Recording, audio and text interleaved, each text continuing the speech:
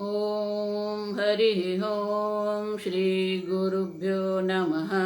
हरिः ॐ। ॐ शन्नो मित्रः शं वरुणः शन्नो भवत्वर्यमा शन्न इन्द्रो बृहस्पतिः शन्नो विष्णुरुरुक्रमः। नमो ब्रह्मणे नमस्ते वायो त्वमेव प्रत्यक्षं ब्रह्मासि त्वमेव प्रत्यक्षं ब्रह्म वदिष्यामि ऋतं वदिष्यामि सत्यं वदिष्यामि तन्मामवतु तद्वक्तारमवतु अवतु माम् अवतु वक्तारम्। ॐ शान्ति शान्ति शान्तिः। ॐ सहना भवतु सहनौ भुनक्तु सह वीर्यं करवावहै तेजस्विनावधीतमस्तु मा विद्विषावहै। ॐ शान्ति शान्ति शान्तिः।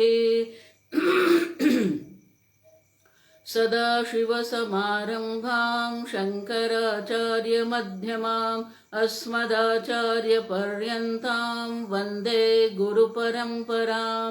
श्रुतिस्मृतिपुराणानाम् आलयं करुणालयं नमामि भगवत्पादं शङ्करं लोकशङ्करं शङ्करं शङ्कराचार्यं केशवं बादरायणं सूत्रभाष्यकृतौ वन्दे भगवन्तौ पुनः पुनः। ईश्वरो गुरुरात्मेति मूर्तिभेदविभागिने व्योमवद्व्याप्तदेहाय दक्षिणामूर्तये नमः। निधये सर्वविद्यानां विषजे भवरोगिणां गुरवे सर्वलोकानां दक्षिणामूर्तये नमः। ॐ नमः प्रणवार्थाय शुद्धज्ञानैकमूर्तये निर्मलाय प्रशान्ताय दक्षिणामूर्तये नमः। मंगलाचरण। ॐ नमः श्री शंकरानंद गुरुपादाम्बुजन्मने। ॐ नमः श्री शंकरानंद गुरुपादाम्बुजन्मने। सविलास महामोह ग्राहग्रासैककर्मणे सविलास महामोह ग्राहग्रासैककर्मणे।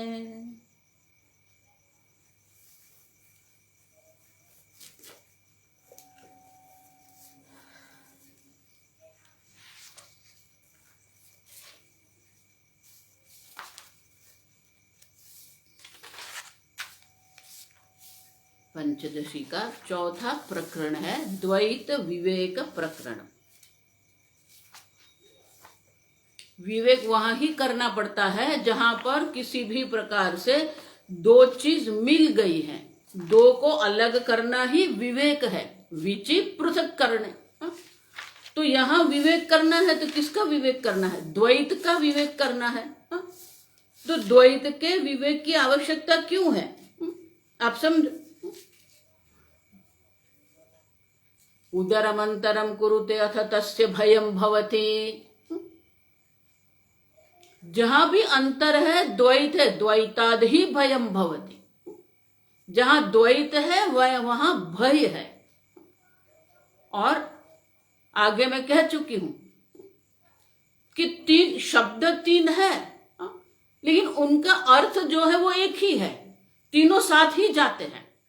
आप समझो। अभयता, शांति और सुख तीनों साथ ही है।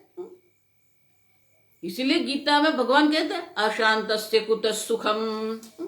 जो अशांत है, जिसके मन में शांति नहीं है, उनका सुख कैसे हो सकता है? अशांतस्य कुतः सुखम।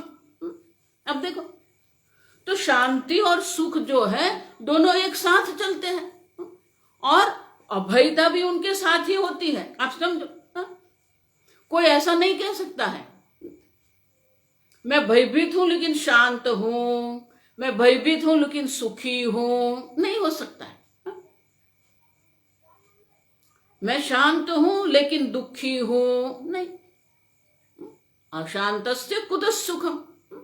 अब देखो, और इसीलिए द्वैताद ही भयम भवति। जहां द्वैत है वहां भय है। तो अभयता कहेंगे, शांति कहेंगे, सुख कहेंगे, तीनों एक ही है। और इसीलिए ये शास्त्र का जो वाक्य है, तो द्वैत हमारे भय का कारण है, हमारी अशांति का कारण है, हमारा दुख का कारण है। और हम जो चाहते हैं, हम क्या चाहते हैं? हमें द्वैत चाहिए ही नहीं। आप समझो, हमें तो अद्वैत ही चाहिए। मैं गुजराती, आप गुजराती, अद्वैत। मैं भारतीय, आप भारतीय, अद्वैत। अब देखो, मैं पंजाबी, तू पंजाबी। हम क्या चाहते हैं? एक चाहते हैं। हम जिसको प्रेम करते वो एक है, द्वैत नहीं है। कोई द्वैत को प्रेम नहीं कर सकता है, अद्वैत को ही प्रेम करते हैं हम। द्वैतवादी भी जब वैष्णव है और दूसरे वैष्णव को मिलते हैं तो बहुत प्रसन्न होते हैं। तो मैं भी वैष्णव, तू भी वैष्णव।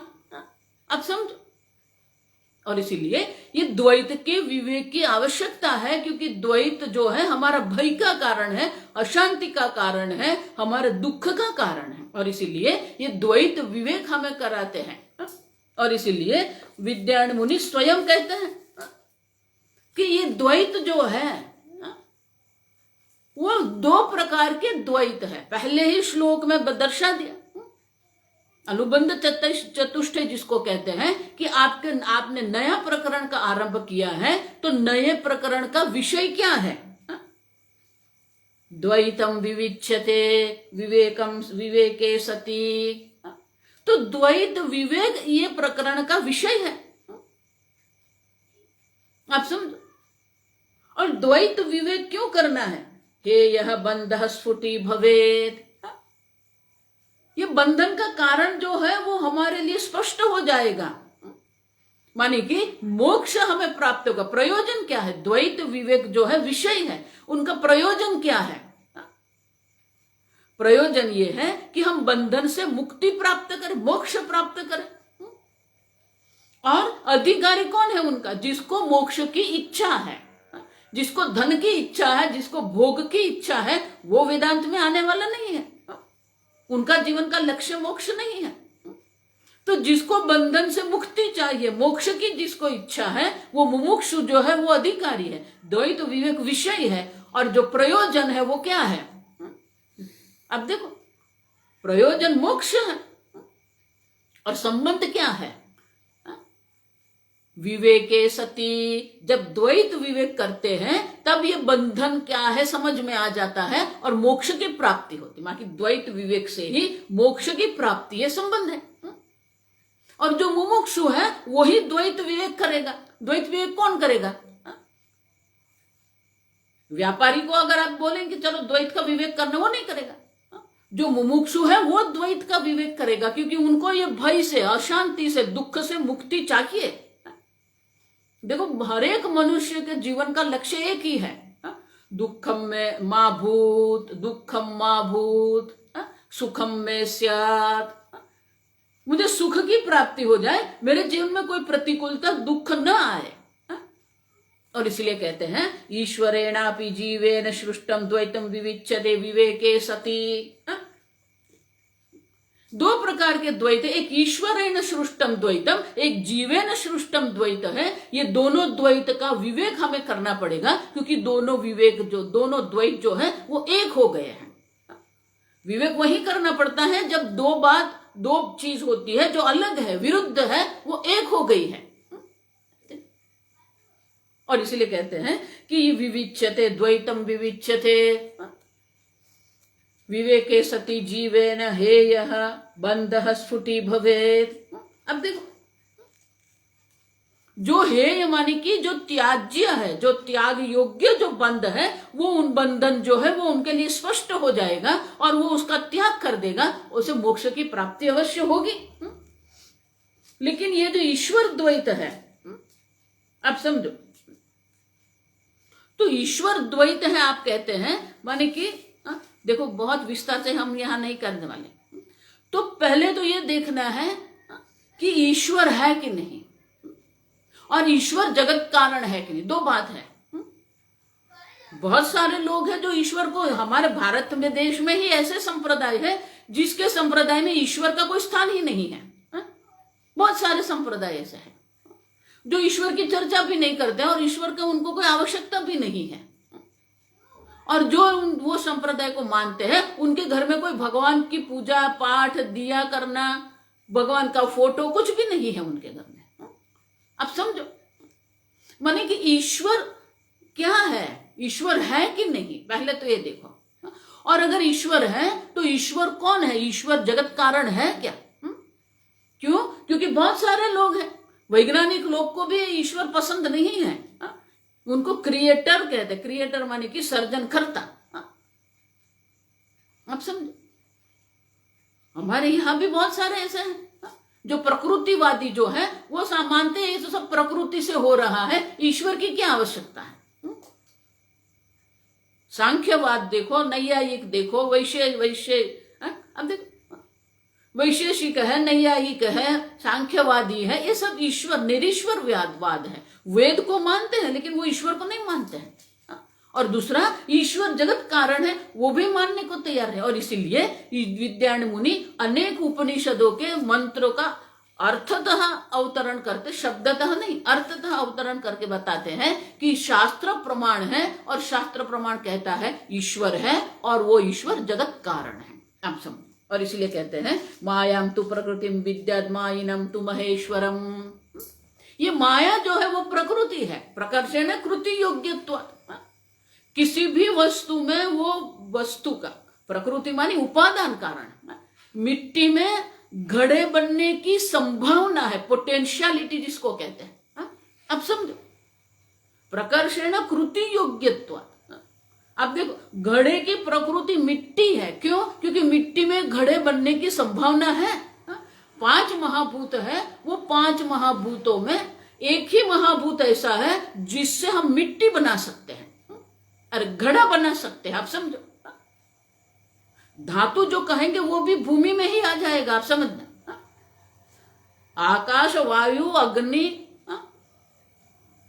जल, उसमें हम घड़ा नहीं बना सकते, माने कि वो प्रकृति नहीं है। मिट्टी जो है वो प्रकृति है, क्यों? कृति योग्यत्व, उससे घड़े बनने की संभावना है। और इसीलिए कहते हैं जो मायाम, तो माया जो है वो प्रकृति है, उपादान कारण है, मायिनंतु महेश्वरम। और जो महेश्वर जो परमात्मा है वो मायिनम है, माने कि माया का अध्यक्ष है, माया को अपने नियंत्रण में रखता है। मयाध्यक्षेण प्रकृति ही सूयते सचराचर। मेरी अध्यक्षता से, मेरे सानिध्य से ये प्रकृति जो है, माया है, संपूर्ण जगत की सृष्टि करती है। समायी सृजति इत्याहुः श्वेता श्वेतर शाखिनः। विद्यायन मुनि कहते हैं श्वेता श्वेतर उपनिषद में ये कहा गया है कि ये जो माया है ईश्वर के सानिध्य से, ईश्वर की अध्यक्षता से ये संपूर्ण जगत की उत्पत्ति करते हैं। इतना ही नहीं, ऐत्तिरीय उपनिषद में भी कहा आत्मा वा इदम अग्रे भूत सईक्षत सृजा इति। ये आत्मा इदम अग्रे आसीत, पिछले प्रकरण में हम देखेंगे सदैव सौम्य इदम अग्र आसीत, ये छांदोग्य उपनिषद है। ऐत्तिरीय उपनिषद में कहते हैं कि आत्मा वा इदम अग्र आसीत, आत्मा ही था। अग्र मानी सृष्टि है प्राक, सृष्टि के पहले आत्मा मात्र था, आप ही थे मात्र, और कुछ नहीं था। और वही जो आत्मा है सह ईक्षते, उन्होंने देखा, ईक्षते, ईक्षते माने उन्होंने अपने मन में उसका आयोजन किया, प्लानिंग किया, सृजाओ, और फिर उसकी सृजई इति, फिर उनका क्या किया, सृजई, सर्जन किया। देखो ये सब संधि होती है, सृजा नहीं सृजई है, आप समझना। संकल्पेन असृजत लोकान, अपने संकल्प से उन्होंने संपूर्ण जगत की उत्पत्ति की।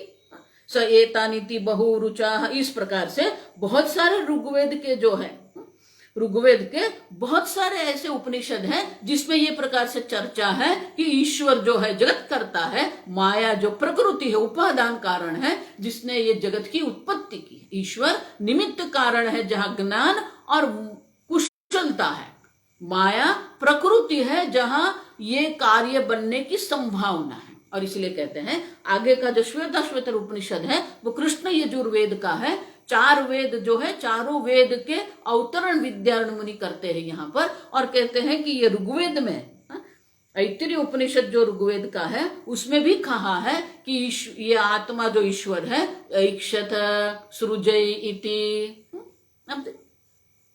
इतना ही नहीं, तैत्तिरीय उपनिषद में भी कहा सत्यम ज्ञानम अनंतम ब्रह्मा, कम वायु अग्नि जल व्यो औषधि अन्न देहा क्रमादमी संभूता ब्रह्मणः, ब्रह्म से ही, तस्माद् वा ब्रह्मणः एतस्माद् आत्मनः आकाश संभूतः। ये देखो, ये संस्कृत की विशेषता है, एक ही वस्तु के लिए अनेक शब्द है जो हमें छंद बनाने के लिए, मंत्र बनाने के लिए, श्लोक बनाने के लिए बहुत उपयोगी होते हैं। और इसलिए कहते हैं कि आकाश है, वायु है, अग्नि जल, पृथ्वी भूमि औषधि अन्न देहा कर्मादि, ये क्रम से उत्पत्ति हुई है। ब्रह्मण तस्मादे तस्माद आत्मनः अखिलाः संभूताः, इस प्रकार से ये आत्मा से ही, जो ब्रह्म स्वरूप आत्मा है उसी से यह अनेक प्रकार की सृष्टि हुई है। बहुश्याम हमेव इत्याह प्रजा येति कामतः तपस्तप्त्वा सृजत सर्वम जगत इत्याह तित्तिरिहि। तैत्तिरीय उपनिषद में ये बात है। देखो, ब्रह्मणः तस्माद्वा ब्रह्मणः, ये उपादान कारण है। क्यों? पंचमी विभक्ति जो उपादान कारण है, लेकिन निमित्त कारण कौन है? बहुश्याम प्रजा येति सतपोतप्यत सतपस्तप्त्वा इदगम सर्वमसृजत सोकामयत। वो परमात्मा इच्छा की क्या? बहुश्याम, यदि मैं अनेक बन जाऊं। मिट्टी ने इच्छा कर दिया मैं अनेक बन जाऊं, तो अनेक घड़े उत्पन्न हो गए। उसी प्रकार से ये इच्छा किया, सो कामयत प्रजा येति सतपस्तप्त। देखो, ये शब्दतः है, मंत्र नहीं कहा यहाँ पर। तपश्चर्या की, तपालोचन, चिंतन किया, अगली सृष्टि पिछली सृष्टि कैसी थी उसी हिसाब से, और जो जीव है, जीव के कितने संचित कर्म है, वो संचित कर्म में से क्या क्या प्रारब्ध कर्म बनता है, वो प्रारब्ध कर्म मानी कि जो जो कर्मफल परिपाक हो गए हैं, कर्म फल देने के लिए तैयार हो गए हैं, वो कर्म जो है वो प्रारब्ध कर्म क्या है, प्रारब्ध कर्म के अनुरूप ये सृष्टि करनी पड़ेगी। अब समझो, हमारे प्रारब्ध में मोबाइल से खेलना नहीं था, इसलिए हमारा जन्म पहले हुआ है।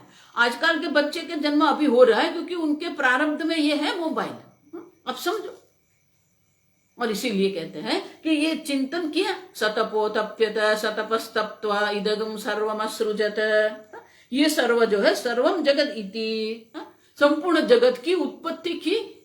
अब देखो, इतना ही नहीं, छांदोग्य उपनिषद में भी कहा सदैव सौम्य इदम अग्र आसीत। छांदोग्य उपनिषद माने कि ये सामवेद है, यजुर्वेद है, ऋग्वेद है, तैत्तिरीय उपनिषद भी कृष्ण यजुर्वेद है।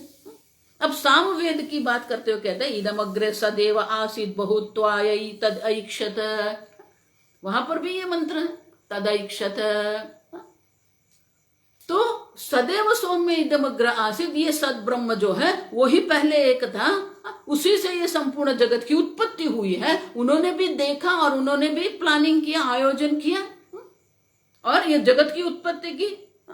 तैत्तिरीय उपनिषद में 5 महाभूत की चर्चा है, छांदोग्य में 3 महाभूत की चर्चा है, और इसलिए कहते तेज अब अन्न, अब देखो, अग्नि जल और पृथ्वी, ये 3 की है। तो अग्नि को कहा तेज, जल को कहा आप, और जो भूमि जिसको हम कहते हैं, पृथ्वी जिसको हम कहते हैं, उनको अन्न कहा है वहां पर। तेजो अब अन्न और उसी से ब्रह्मांड, संपूर्ण ब्रह्मांड की उत्पत्ति हुई है। ससर्जत इति सामगाः, साम वेद में भी ये छांदोग्य उपनिषद है जहां पर ये मंत्र हमें देखने को मिलता है कि ये संपूर्ण जगत की उत्पत्ति ब्रह्म से हुई है। जो ब्रह्म एक अद्वितीय है, जो निमित्त कारण भी है और उपादान कारण भी है। उसी प्रकार से अथर्व वेद में मुंडक उपनिषद जो है, वो मुंडक उपनिषद में भी कहते हैं विस्फुल्लिंगा यथा वह्ने है, यथा सुदीप्तात् पावकात् विस्फुल्लिंगाः प्रभवन्ते, तथा जिस प्रकार से अच्छी तरह सुदीप्ता, अच्छी तरह प्रज्वलित जो अग्नि है, उसे अनेक प्रकार के विस्फुल्लिंग उत्पन्न होते हैं। अब देखो, उसी प्रकार से जायन्ते अक्षरस, तथा उसी प्रकार से जो अक्षर ब्रह्म है, अक्षर ब्रह्म से अनेक प्रकार की विविध प्रकार की सृष्टि उत्पत्ति हुई है, अनेक प्रकार की योनियों की उत्पत्ति हुई है। विविधाः च जड़ा भावाः इति अथर्वणी का श्रुति ही, अथर्व वेद की जो श्रुति, जो मंत्र है, वो भी यही कहते हैं कि अनेक प्रकार के जड़ और चेतन सबकी उत्पत्ति हुई है। उसी प्रकार से बृहदारण्यक उपनिषद की बात करते हुए कहते हैं जगद व्याकृतम पूर्वमासीद व्याक्रियता अधुना दृश्याभ्याम नाम रूपाभ्याम विराडादिषु ते स्फुटे। पहले ये जगत अव्यक्त था, अव्यक्तादीनि भूतानि व्यक्त मध्यानि भारत। पहले ये जगत अव्यक्त था, फिर क्या हुआ, आसित व्याक्रियता अधुना, अभी वो व्याकृत हो गया।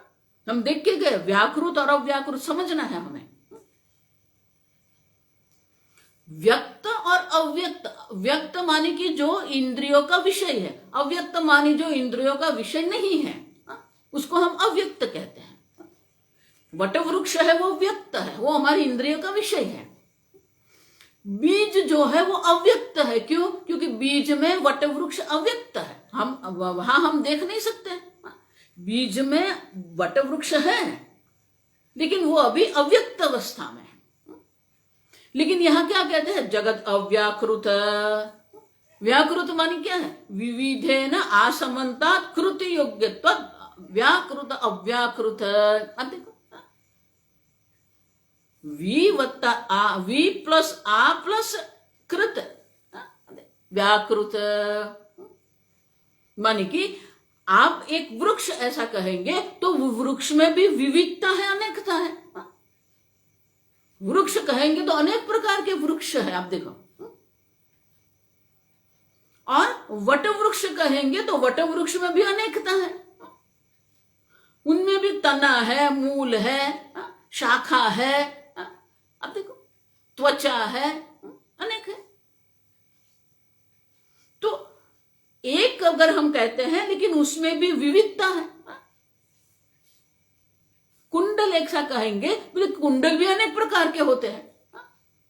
और इसीलिए कहते हैं पहले ये जो जगत था वो अव्याकृत अवस्था में था, अब वो व्याकृत हो गया, अनेक हो गया।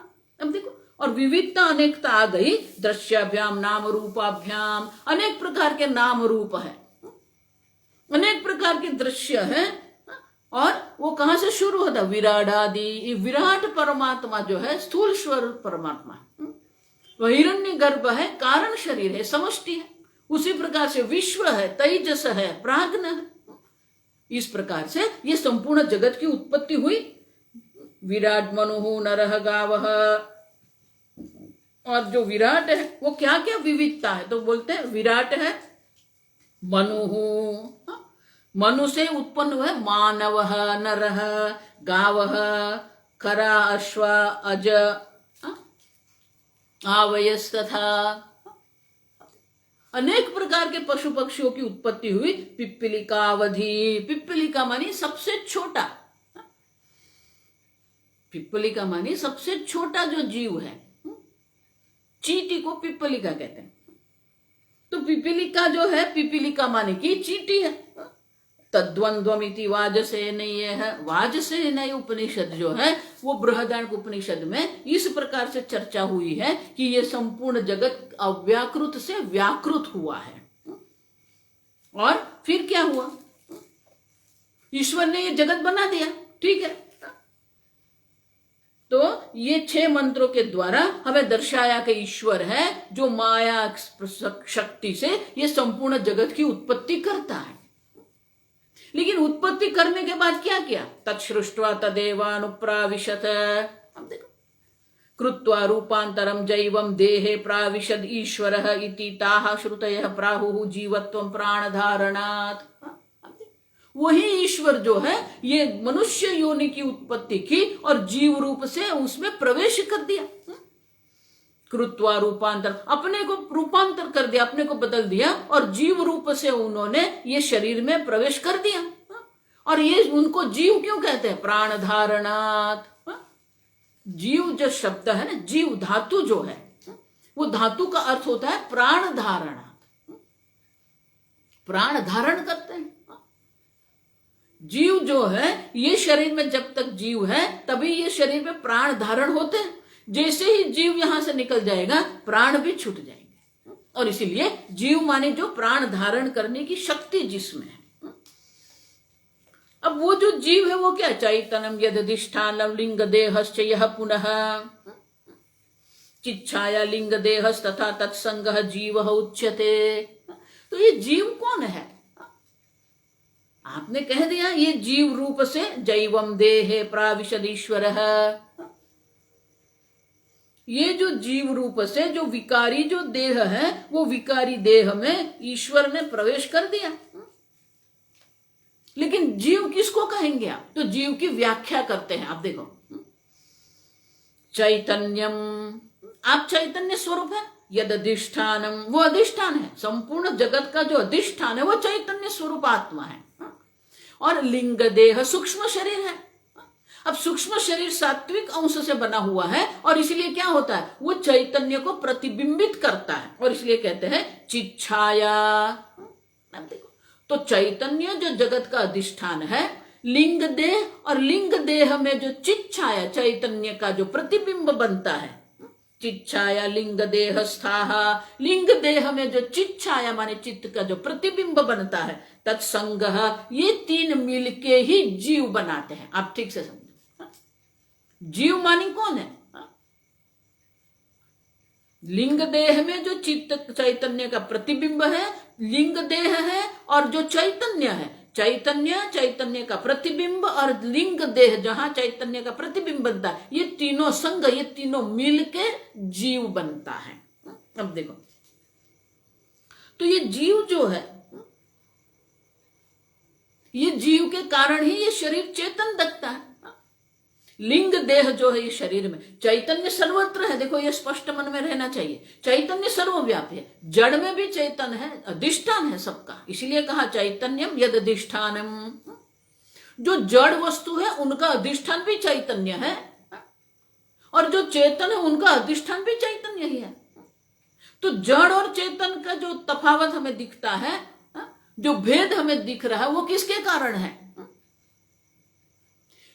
क्योंकि जड़ में लिंग देह नहीं है, लेकिन ये जो स्थूल देह है, ये स्थूल देह जो है उनकी एक विशेषता है कि वो लिंग देह धारण कर सकता है, सूक्ष्म शरीर।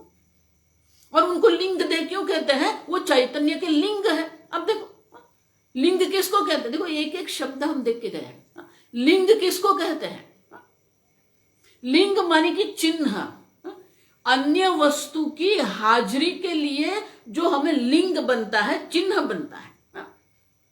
पर्वतः वह्निमान्, पर्वत पर आग लगी है, क्यों? धूमत्वात्, धूम जो है वो लिंग है, जिसके कारण हम अग्नि की, वहां अग्नि है, अग्नि की हाजिरी हमें पता चलती है। और इसीलिए स्थूल देह जो, ये स्थूल देह जो है, देखो इसलिए आगे कह के गए नरः खगाः, अब देखो खरः अश्वः, ये सब है। तो ये सब जो है स्थूल देह जो है, 84 लाख योनि हम कहते हैं। वो 84 लाख योनि जो है वो सब में यही है कि वो स्थूल देह जो है वहां लिंग देह रह सकता है। और वो लिंग देह इसलिए है कि चैतन्य के लिए वो लिंग बनता है। वो चैतन्य जो है वो चैतन्य है, उस किसके कारण पता चलता है? वो लिंग देह के कारण हमें पता चलता है, वो सूक्ष्म शरीर के कारण हमें पता चलता है कि चैतन्य है। और इसीलिए कहते हैं कि ये लिंग देह जो है वो लिंग देह में जो चैतन्य का प्रतिबिंब पड़ता है और जो चैतन्य है, ये तीन मिलके जीव बनते हैं। लेकिन ये जो जीव जो है, ये जीव क्यों बन गया? तो कहते हैं माहेश्वरी तू माया या तस्याहा निर्माण शक्तिवत।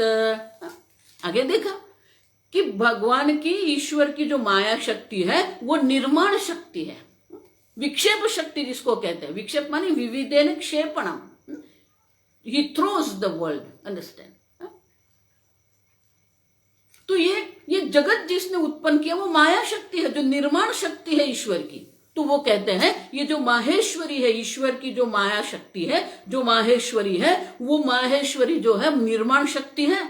तो निर्माण शक्तिवत, जिस प्रकार से उनकी निर्माण शक्ति है उसी प्रकार से विद्यते मोह शक्ति शतम जीव मोहयति असौ।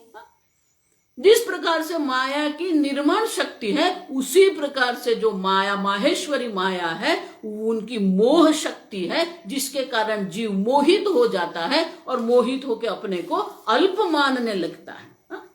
दैवी हेश गुणमयी मम माया दुरत्यया। अर्जुन, ये मेरी माया त्रिगुणात्मिका है, सबको मोहित करके रखती है। मोहितम न भी जानाति। लोग माया के कारण ऐसे मोहित होके बैठ जाते हैं कि उनको समझ में ही नहीं आता। क्यों? जो दिखता है वो है ही नहीं और जो है वो दिखता नहीं है। मोह मानी क्या है? जो है वो दिखता नहीं है। आप चैतन्य स्वरूप ब्रह्म स्वरूप है, वो दिखता नहीं है आपको। और जो आप नहीं है, आप जीव नहीं है, लेकिन अपने को जीव मान के आप जीवन जी रहे हैं।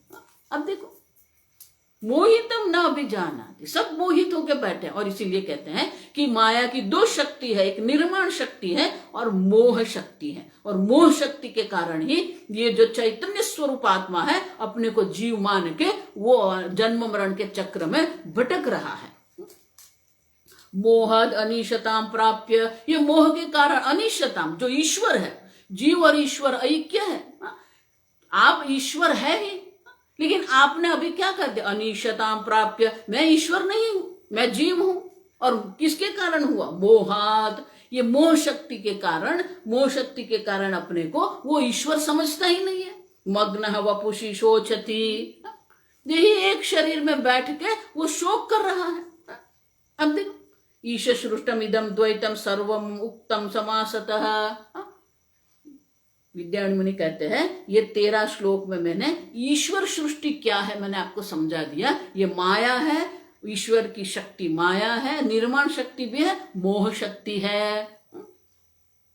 और ये जीव जो है वो जीव ने अपने को अनिश माने की, अल्प मान के रखा है, मैं ईश्वर नहीं हूं। तो ये ईश्वर सृष्टि है। मोह हुआ तब तक ईश्वर सृष्टि है, उतना ही नहीं। तो आप ये तो शास्त्र में कहीं पर भी ये जीव सृष्टि तो आया ही नहीं है। अब पहली बार ये जीव सृष्टि शब्द हम सुन रहे हैं। शास्त्र में ईश्वर सृष्टि की चर्चा है, ईश्वर ने ये जगत बनाया हम सुनते हैं, लेकिन ये जीव द्वैत आप कहां से लाए? ये जीव द्वैत आप क्यों कहते हो? और इसीलिए अगले श्लोक में कहते हैं सप्तान्न ब्राह्मणे द्वैतम जीव सृष्टम प्रपंचितम अन्नानि सप्त ज्ञानेन कर्मणा अजनयत पिता। अब देखो,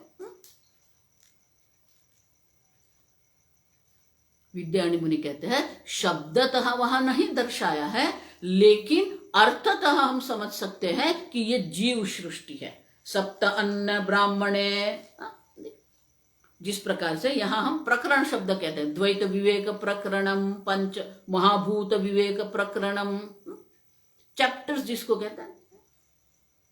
छांदोग्य उपनिषद में अध्याय कहते हैं, गीता में भी अध्याय कहते हैं, कठोपनिषद में वल्ली कहते हैं, मुंडक उपनिषद में मुंडक कहते हैं। आप देखो, उसी प्रकार से बृहदारण्यक उपनिषद में जो एक एक जो चैप्टर है उसको ब्राह्मण कहते हैं, ज्योतिर्ब्राह्मण। उसी प्रकार से सप्तान्न ब्राह्मण है वो। तो कहते हैं ये जो सप्तान्न ब्राह्मण जो प्रकरण है उसमें द्वैतम जीव सृष्टम प्रपंचितम, ये जीव सृष्ट जो द्वैत है उनका प्रपंचितम अच्छी तरह उनका विस्तार से वर्णन किया हुआ है। अन्नानि सप्त, ये 7 प्रकार के अन्न की वहां बात हुई है। और ज्ञानेन कर्मणा अजनयत पिता, और इस प्रकार से बृहदारण्यक में दर्शाया है कि ज्ञानेन कर्मणा,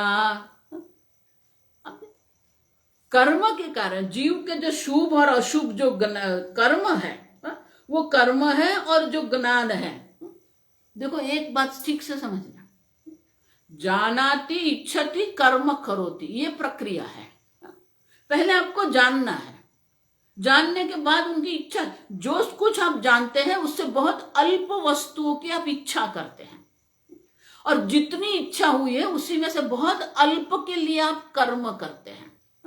और इसलिए कहते हैं पहले ये ज्ञान होता है, फिर ज्ञान से आप इच्छा करते हो, इच्छा के कारण आप कर्म करते हैं, और इसी से क्या होता है, अजनयत पिता।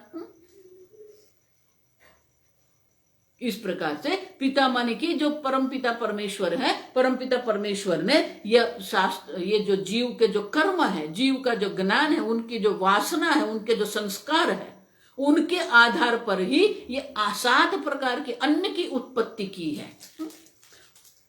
तो वो 7 प्रकार की जो अन्न, 7 प्रकार के जो अन्न है वो क्या है, मर्त्यांत अन्नम एकम, मनुष्यों के लिए एक अन्न है, द्वे देवान अन्य द्वे, देवताओं के लिए 2 प्रकार के अन्न है, चतुर्थकम अन्नम, चौथा जो अन्न है वो पशुओं के लिए है, अन्य त्रितयम आत्मार्थम अन्ना नाम विनियोजनम, और अन्य 3 जो है, अन्य 3 जो है वो जीव ने अपने लिए कल्पित किए हैं। मनुष्य शरीर के लिए 1 है, देवताओं के लिए 2 है, पशु के लिए है, और 3 जो है, चौथा जो है वो पशु का अन्न है, और बाकी के 3 जीव ने अपने लिए कल्पित किए हैं, अपने लिए वो बनाए हुए हैं। इस प्रकार के 7 प्रकार के अन्न है। अब वो अन्न क्या है, तो बोले व्रीह्यादिकम, मनुष्यों के लिए व्रीह्यादि, चावल धान जिसको हम कहते हैं ना, वो धान जो है वो मनुष्य के लिए है।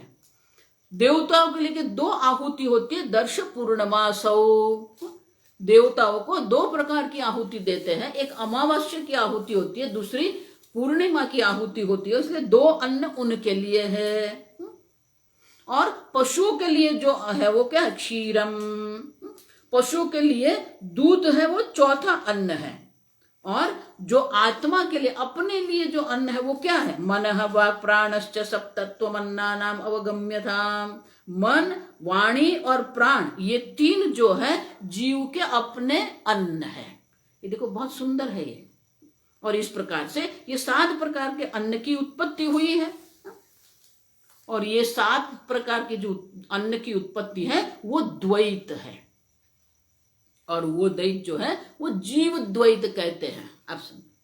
अब आगे कहते हैं, ईशेन यद्यपि एतानि निर्मितानि स्वरूपतः, आप ऐसा क्यों कहते हो, ये 7 प्रकार के अन्न जिसको आप कह रहे हैं, धान आप जिसको कह रहे हैं, जो धान्य जो है वो तो उत्पन्न करने वाले तो ईश्वर है, ईश्वर से निर्मित है, तो आप उसको जीव सृष्टि क्यों कहते हैं। और इसलिए आशंका यहाँ करते हैं, ईशेन यद्यपि एतानि निर्मितानि स्वरूपतः, स्वरूप से तो ईश्वर ने ही निर्माण उसका किया है। अब ठीक से समझो, तथापि ज्ञान कर्माभ्यम जीव आकर्षित तदन्नताम, लेकिन जीव ने अपने कर्म से ही उनको अन्न बनाया है। देखो ये बहुत सुंदर है, बहुत बड़ी बात है। अब देखो, आप किसको अन्न कहेंगे, आपके शरीर का जो पोषण करता है उसे अन्न कहते हैं। ये शरीर की उत्पत्ति अन्न से हुई है, ये शरीर का जो पोषण है वो भी अन्न से होता है, और ये शरीर जब विलीन होता है तो अन्न में ही चला जाता है। अब ठीक से समझो, तो मनुष्य के लिए धान आदि जो है वो अन्न है, लेकिन है तो धान ना, लेकिन धान को अन्न किसने बनाया, जीव ने बनाया। तो अन्न शब्द जो है वो जीव सृष्टि दर्शाते, भगवान ने तो ये सर्जन कर रखा है। लेकिन हरेक जो जीव है उनके अपने अपने अन्न है। जो एक के लिए अन्न है वो दूसरे के लिए विष भी हो सकता है। जो दूसरे के लिए जो अन्न है वो तीसरे के लिए विष हो सकता है। अब देखो बहुत सारी ऐसी बात होती है, और इसलिए कहते हैं कि अपने अपने कर्म के अनुरूप, शुभ अशुभ कर्म के अनुरूप जो धन उत्पन्न हुआ है, जो वस्तुएं उत्पन्न हुई है, उसको अन्न हम क्यों कहते हैं? वो अन्नता जो है वो जीव सृष्टि है। सप्त अन्न जब आप कहते हैं तो वो जो अन्नता जो है, अब देखो सीधी बात बताऊं, अगर आप कहेंगे ये ड्राइवर है, आप ठीक से समझना, तो वो तो एक व्यक्ति है, एक मनुष्य है, लेकिन उनको आप ड्राइवर क्यों कहते हो? क्योंकि वो गाड़ी चलाता है। ये कुम्हार क्यों कहते हो? क्योंकि उनके पास घड़े बनाने का ज्ञान और घड़े बनाने की कुशलता है। आपको मैं कुम्हार नहीं कह सकती हूं। तो जिसके पास वो ज्ञान और कुशलता होती है, उनके पास जो संभावना जो होती है, उसके ऊपर, उनके आधार पर हम उसका एक नाम बनाते हैं। अब देखो ये डॉक्टर है, ये वैद्य है, ये इंजीनियर है, ये वकील है। अब देखो तो उनके ज्ञान और कुशलता के आधार पर हम उसका एक नाम रखते हैं, लेकिन वो है तो व्यक्ति। उसी प्रकार से ये जो धान है वो तो धान है, भगवान ने बनाए हैं, लेकिन वो धान को अन्न कौन बनाता है? जीव बनाता है। ये अन्न है। अब सिंह के व्याघ्र के दृष्टि से देखेंगे तो धान उनके लिए अन्न है नहीं, उनके लिए धान ही है, अन्न नहीं है उनके लिए। उनके लिए अन्न कौन है? क्षीर। और इसलिए कहते हैं कि अन्नता जो आई उनमें, ये वस्तु जितनी भी जगत में जो जड़ वस्तु उत्पन्न हुई है, जड़ चेतन जो उत्पन्न हुए हैं, उनमें ज्ञान कर्माभ्याम जीव आकर्षित अन्नथाम, उनको अन्न बनाए। आकर्षित माने कि उनको अन्न बनाने वाला कौन है? ये जीव है। जीव ने ये अन्न बनाया, और इसीलिए परमात्मा ने जो जगत की उत्पत्ति की है, उनमें जो 7 प्रकार के जो अन्न है वो जीव की उत्पत्ति। देवता भी जीव है, आप समझना, पशु भी जीव है, मनुष्य भी जीव है। तो अनेक प्रकार के जीव हैं, और हर एक जीव के अपने अपने अन्न हैं। तो वो है तो एक ही वस्तु, लेकिन उनकी दृष्टि से उनको अन्न हम ऐसे कहते हैं। और इसलिए कहते हैं कि जो सब निर्माण तो सब ईश्वर ने किया है, लेकिन उनमें जो अन्नता जो प्रदान करने वाला है, उनको अन्नता नाम देने वाला जो है वो जीव है। और इसलिए कहते हैं ये सप्तान्न जो है वो जीव सृष्टि है, ईश्वर सृष्टि नहीं है। ईश्वर कार्यम जीव भोग्यम, और इसलिए ये जगत ईश्वर का कार्य है, लेकिन भोग्य किसके लिए है? जीव के लिए है। जीव भोग्यम जगत द्वाभ्याम समन्वितम। और इस प्रकार से ईश्वर का कार्य है और जीव के द्वारा वो भोग्य है। इस प्रकार से द्वैत बनता है। 2 प्रकार के द्वैत है। स्त्री की उत्पत्ति ईश्वर ने की है, लेकिन ये मेरी पत्नी है। अब देखो, पितृजन्य भर्तृभोग्या यथा योषिता तथा इष्यताम। देखो पितृजन्य है, ये स्त्री जो है उसकी उत्पत्ति अपने पिता से हुई है, माता पिता से उनकी उत्पत्ति हुई है, लेकिन वो भोग्य उनके लिए नहीं है। जीव भोग्यम भर्तृभोग्यम, उनके पति जो है उनके लिए वो भोग्य है।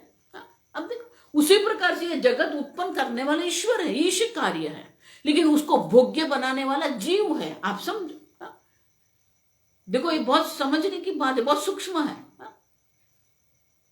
जगत की उत्पत्ति ईश्वर ने की है, जगत में भोग्य बुद्धि किसने की है? जीव ने की है। और इसीलिए जो भोग्य बुद्धि जिसको अन्न हम कहते हैं वो जीव सृष्टि है। जिस प्रकार से एक स्त्री होती है, अनेक नाम उनके बनते हैं, एक पुरुष होते हैं, अनेक नाम बनते हैं। तो पुरुष की उत्पत्ति परमात्मा ने की है, लेकिन ये पिता है, ये पुत्र है, ये पति है, ये भाई है, ये बनाने वाले तो आप हैं। अब देखो वो आपकी सृष्टि है। तो कहते हैं कि इस प्रकार से ईश्वर ने बनाया हुआ है, लेकिन जीव ने ये सबको भोग्य, अपने आनंद का विषय बना के रखा है, और इसीलिए उसको जीव सृष्टि कहते हैं। आगे, माया वृत्त्यात्मक ही ईश संकल्प साधनम जनो। माया शक्ति के द्वारा ईश्वर अपने संकल्प से ये जगत की उत्पत्ति करते हैं, साधनम जनो। और ये जगत जो भोग्य जगत है, भोग्य जगत का भोग करने के साधन भी ईश्वर ही उत्पन्न करते हैं। मनोवृत्त्यात्मक जीव संकल्प भोग साधनम। अब देखो, जो जगत, जो भोग्य जगत जो है, माया वृत्ति से भगवान ने ये साधन बनाया है। अब देखो, लेकिन उनको भोग साधन बनाने वाला कौन है? मैं हूं, जीव है, आप समझो। और इस कहते हैं माया वृत्ति से ईश्वर के संकल्प से ही ये साधन उत्पन्न हुए हैं। और वो साधन जो है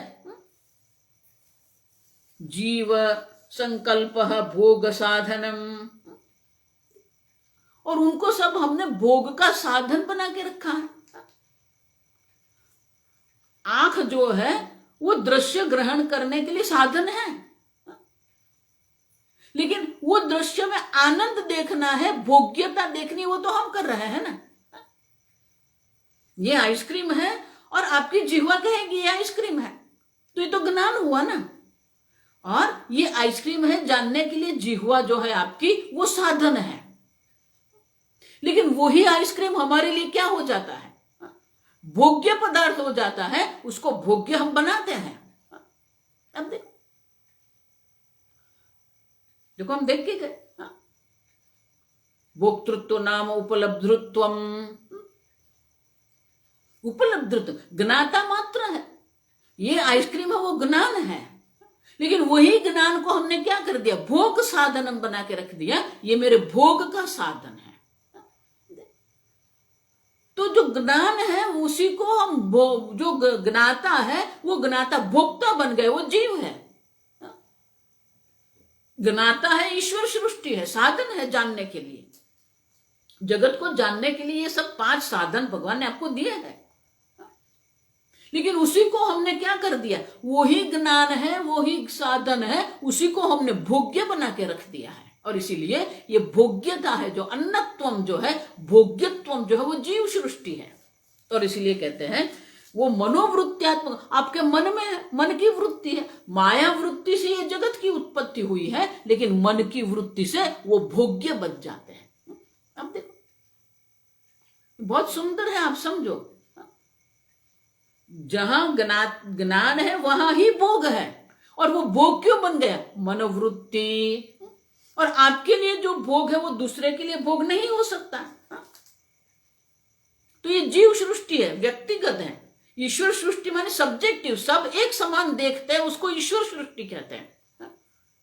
अब ठीक से समझना, ईश्वर सृष्टि माने सब ऑब्जेक्टिविटी, ऑब्जेक्टिविटी माने कि सब एक समान देखते हैं।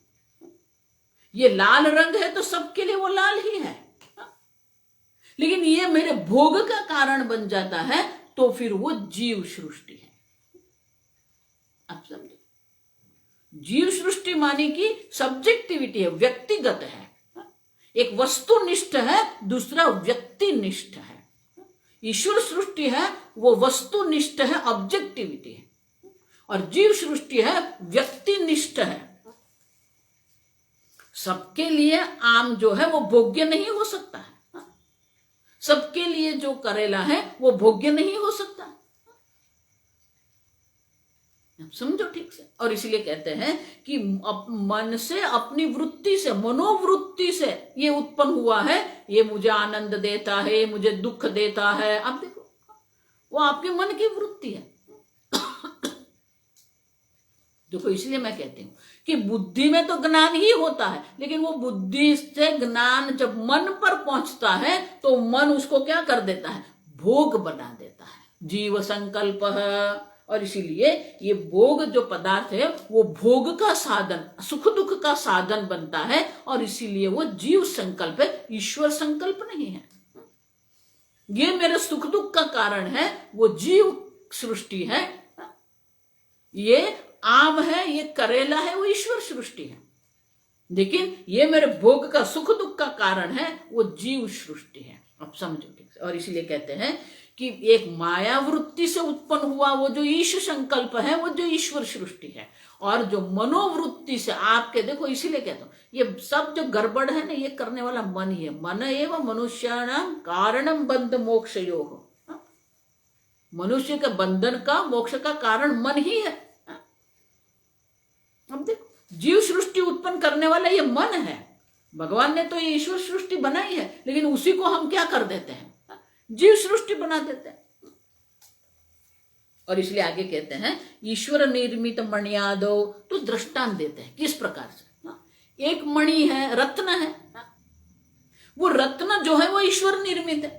वस्तु अनेक विधे स्थिते, लेकिन वही वस्तु जो है अनेक प्रकार से बनता है। क्यों? क्योंकि जीव जो भोगता है वो उसको अनेक प्रकार से देख सकता है। भोक्तृधि वृत्ति नानात्वाद भोग बहुधा इष्यते। मणि एक ही है जो ईश्वर निर्मित है, लेकिन जीव जो भोक्ता जो है वो भोक्ता अपनी अपनी वृत्ति से उनके लिए अनेक प्रकार से देखता है। वो कैसे देखता है? रुष्यते एकः मणिं लब्ध्वा, एक को मणि प्राप्त हुआ वो प्रसन्न हो गया। क्रुध्यते अन्यः हि अलाभतः, अन्य को नहीं मिला तो वो मणि उसको नहीं मिला तो वो क्रोधित हो गया। इसको मणि मिल गया वो प्रसन्न हो गया। पश्यति एव विरक्तः अत्र न रुष्यति न कुप्यति, और जो वैराग्यवान जो है, विरक्त व्यक्ति जो है, वो उसको देख के न तो प्रसन्न होता है न उसको देख के वो क्रोधित होता है। अब देखो मणि एक ही है, लेकिन मन में जो वृत्ति होती है वो अनेक है।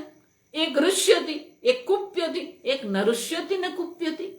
अब देखो प्रिय अप्रिय उपेक्षश्च इति आकाराः मणिगाः त्रयः, इस प्रकार से एक ही मणि के लिए तीन प्रकार की वृत्ति होती है। प्रिय वृत्ति होती है, अप्रिय वृत्ति होती है और उपेक्ष वृत्ति होती है। इस प्रकार से एक ही मणि के लिए तीन प्रकार की जो वृत्ति हमारे मन में उत्पन्न होती है, वो मनोवृत्ति जो है वो जीव सृष्टि है। सृष्टा जीवैहि, वो जीव से उत्पन्न हुए। ईश सृष्टम रूपम साधारणम त्रिषु, लेकिन तीनों जो है प्रिय अप्रिय उपेक्षा जो तीन है, तीनों में जो सामान्य है वो तो मणि ही है। मणि सबके लिए सामान्य है, लेकिन एक के लिए मन में प्रिय वृत्ति होती है, एक के लिए मन में अप्रिय वृत्ति होती है और तीसरे के लिए मन में उपेक्षा वृत्ति होती है। मणि तो सबके लिए सामान्य ही है, लेकिन तीन प्रकार की वृत्ति होती है, वो मनोवृत्ति होती है, वो जीव सृष्टि है। और इसी प्रकार से आगे दृष्टांत देते हैं। सृष्टा जीवैहि ईश सृष्टम रूपम साधारणम त्रिषु, ईश्वर सृष्ट जो है वो तीनों में साधारण। मैंने कहा ना, सब मणि एक समान से देखते हैं, सबके लिए वो मणि ही है।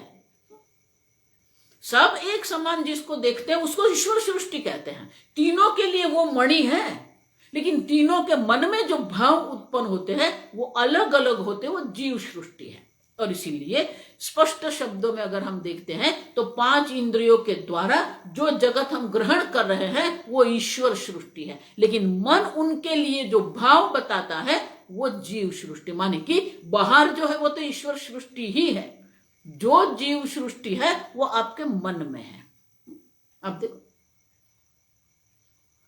बाहर तो ईश्वर सृष्टि है, पांच इंद्रियों के द्वारा आप जो ग्रहण कर रहे हैं वो जीव ईश्वर सृष्टि है, लेकिन उनके प्रति आपके मन में जो वृत्ति उत्पन्न होती है, प्रिय अप्रिय उपेक्षा, वो जीव सृष्टि है।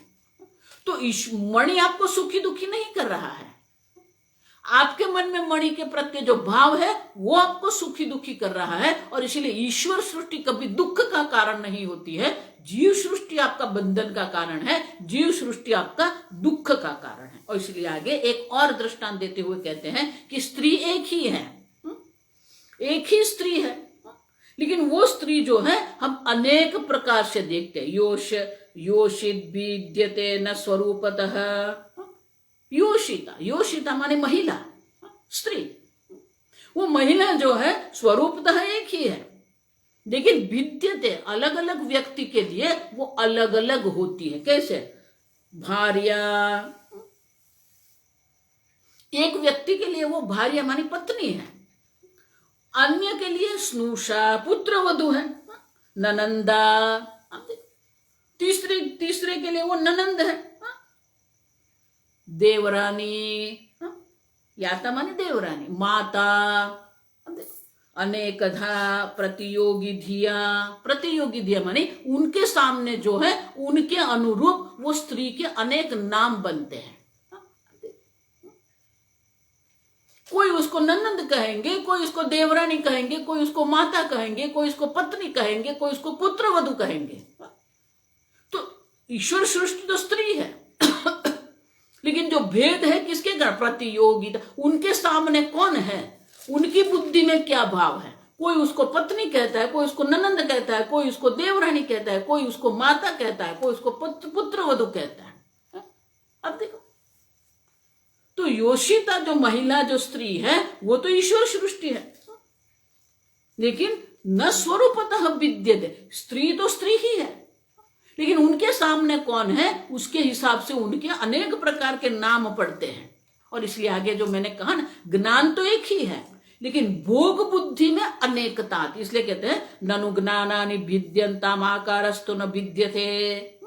तो ज्ञान तो एक ही है ना, ये स्त्री है, सब लोग उसको स्त्री ही समझते हैं। तो ज्ञान जो है उसमें कोई भेद न भिद्यताम आकारस्तु न भिद्यते। भले ज्ञान अनेक प्रकार से, क्यों? एक माता कहेगा तो इसके लिए माता है उनकी बुद्धि में, दूसरे के लिए वो पत्नी है, तीसरे के लिए वो ननंद है, चौथे के लिए वो देवरानी है। आप देखो, तो उनकी जो भावना ज्ञान है वो अलग अलग है, लेकिन आकार तो वही का वही है। योषित वपुषी अतिशय न दृष्ट जीव निर्मित। तो बोले कि उसमें क्या हो गया, कोई ऐड हुआ, निर्मित माने अतिशय माने कि कुछ उसमें कोई जुड़ा, उसमें कुछ नहीं जुड़ा है। स्त्री तो स्त्री ही रहेगी, आप उसको पत्नी कहेंगे, आपको देवरानी कहेंगे, आप ननंद कहेंगे, पुत्र वधु कहेंगे, लेकिन उसमें कुछ ऐड हुआ, कुछ जुड़ा नहीं जुड़ा है। आप देखो, तो फिर आप जीव सृष्टि क्यों कहते हो? न दृष्ट जीव निर्मित। तो ये जीव निर्मित आप कैसे कह सकते हो? क्योंकि उसमें तो कुछ ऐड हुआ ही नहीं, कुछ जुड़ा ही नहीं है, स्त्री ही है, सब लोग उसको स्त्री ही देखते हैं। तो कहते हैं माँ एवं, नहीं नहीं आप गलती मत करो। क्यों? मांसमयी योषित काचिदन्या मनोमयी। अब देखो बहुत सुंदर है, स्त्री जो है वो मांसमयी है, लेकिन जो ननंद है, माता है, पुत्र वधु, वो क्या है? मनोमयी, वो मन है। अब देखो, माने कि एक ही स्त्री के दो बात हो गई, एक मांसमयी है और एक मनोमयी। मांसमयी है वो ईश्वर सृष्टि है, मनोमयी है वो जीव सृष्टि है। मांसमय्या अभेदेपि, मांस बुद्धि जो मांसमयी जो है उसमें कोई भेद नहीं है। मनोमयी विद्यते ही, लेकिन मनोमयी जो है वो स्त्री में हमें भेद दिखता है। और इसी प्रकार से ये दो प्रकार की सृष्टि है, एक ईश्वर सृष्टि है। स्त्री जिसको हम कहते हैं, जो मांसमयी जो स्त्री है वो ईश्वर सृष्टि है, लेकिन माता, पत्नी, पुत्र वधु ये जो कहते हैं वो मनोमयी है। और इसीलिए ये मनोमयी जो है वो जीव सृष्टि है जिसपे अनेकता है। तो ये मनोमयी क्यों कहते हो आप? और इसके लिए आगे कहते हैं भ्रांति स्वप्न मनोराज्य स्मृतिषु अस्तु मनोमयम। ये मनोमय सृष्टि जो है वो अनेक प्रकार की होती है। भ्रांति, बाहर रस्सी है लेकिन आप सर्प देख रहे हैं, तो सर्प की भ्रांति आपके मन में जो सर्प है वो सर्प भ्रांत है सही में वहां सर्प नहीं है। अब देखो, और इसलिए कहते हैं भ्रांति स्वप्न। आप जो स्वप्न देखते हैं, मनोराज्य, जागृत अवस्था में जो आप सोचते हो, मनोराज्य करते हैं, स्मृतिषु अस्तु मनोमयम। ये देखो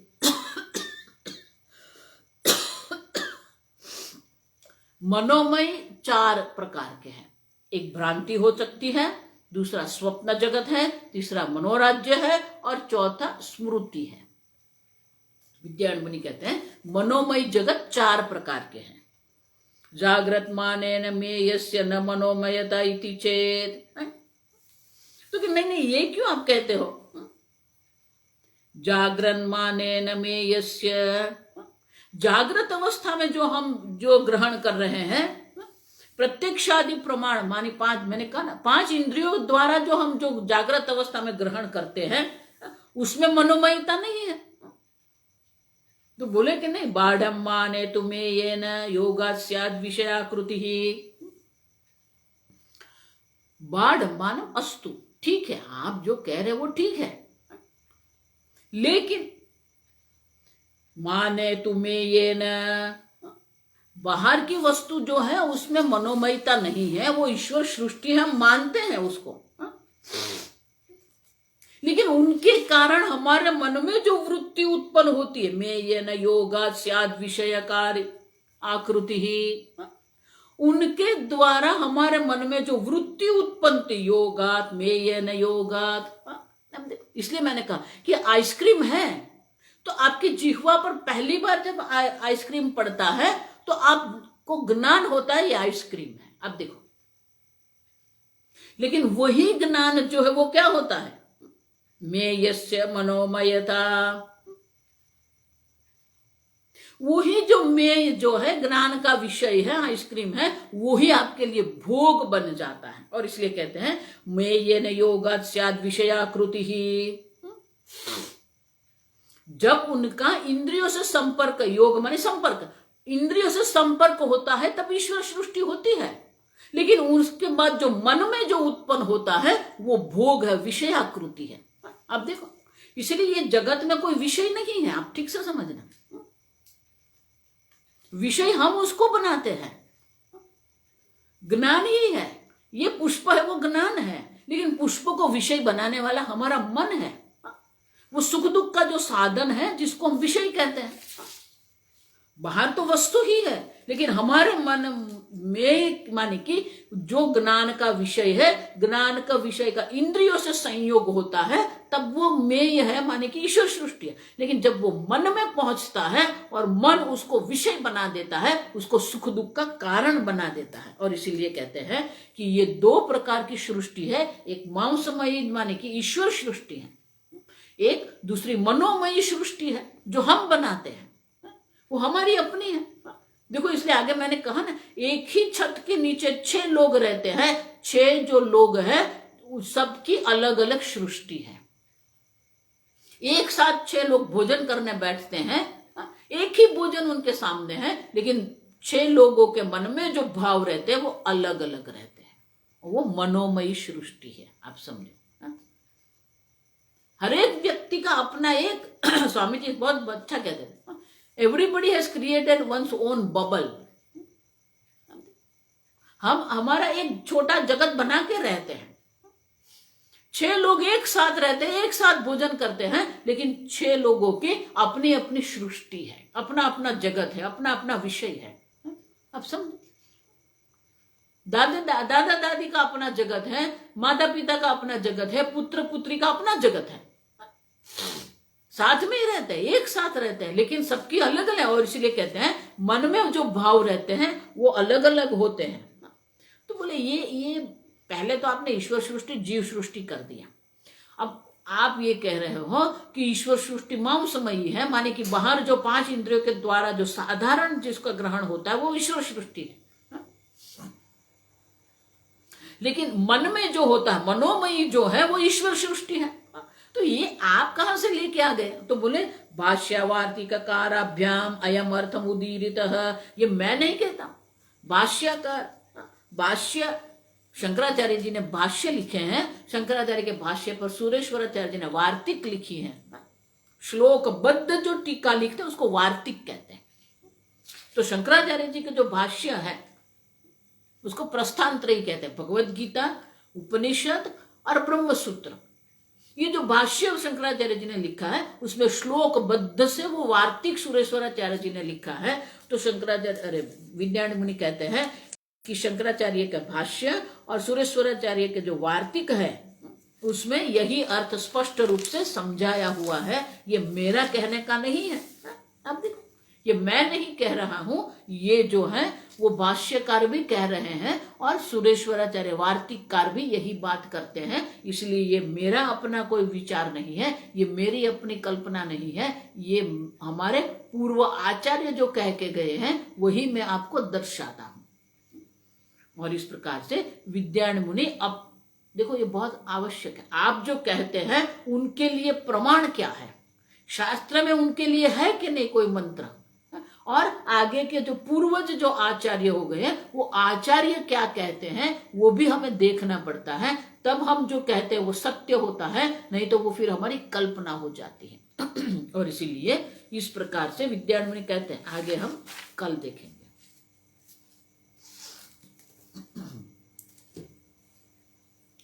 ओम स्वस्ति प्रजाभ्यः परिपालयन्तां न्यायेन मार्गेण महीं महेशाः, गोब्राह्मणेभ्यः शुभमस्तु नित्यं, लोकाः समस्ताः सुखिनो भवन्तु, काले वर्षतु पर्जन्यः, पृथिवी सस्यशालिनी, देशोऽयं क्षोभरहितः, ब्राह्मणाः सन्तु निर्भयाः। ओम सर्वेषां स्वस्तिर्भवतु, सर्वेषां शान्तिर्भवतु, सर्वेषां पूर्णं भवतु, सर्वेषां मङ्गलं भवतु, सर्वे भवन्तु सुखिनः, सर्वे सन्तु निरामयाः, सर्वे भद्राणि पश्यन्तु, मा कश्चित् दुःखभाग् भवेत्, असतो मा सद्गमय, तमसो मा ज्योतिर्गमय, मृत्योर्मा अमृतंगमय।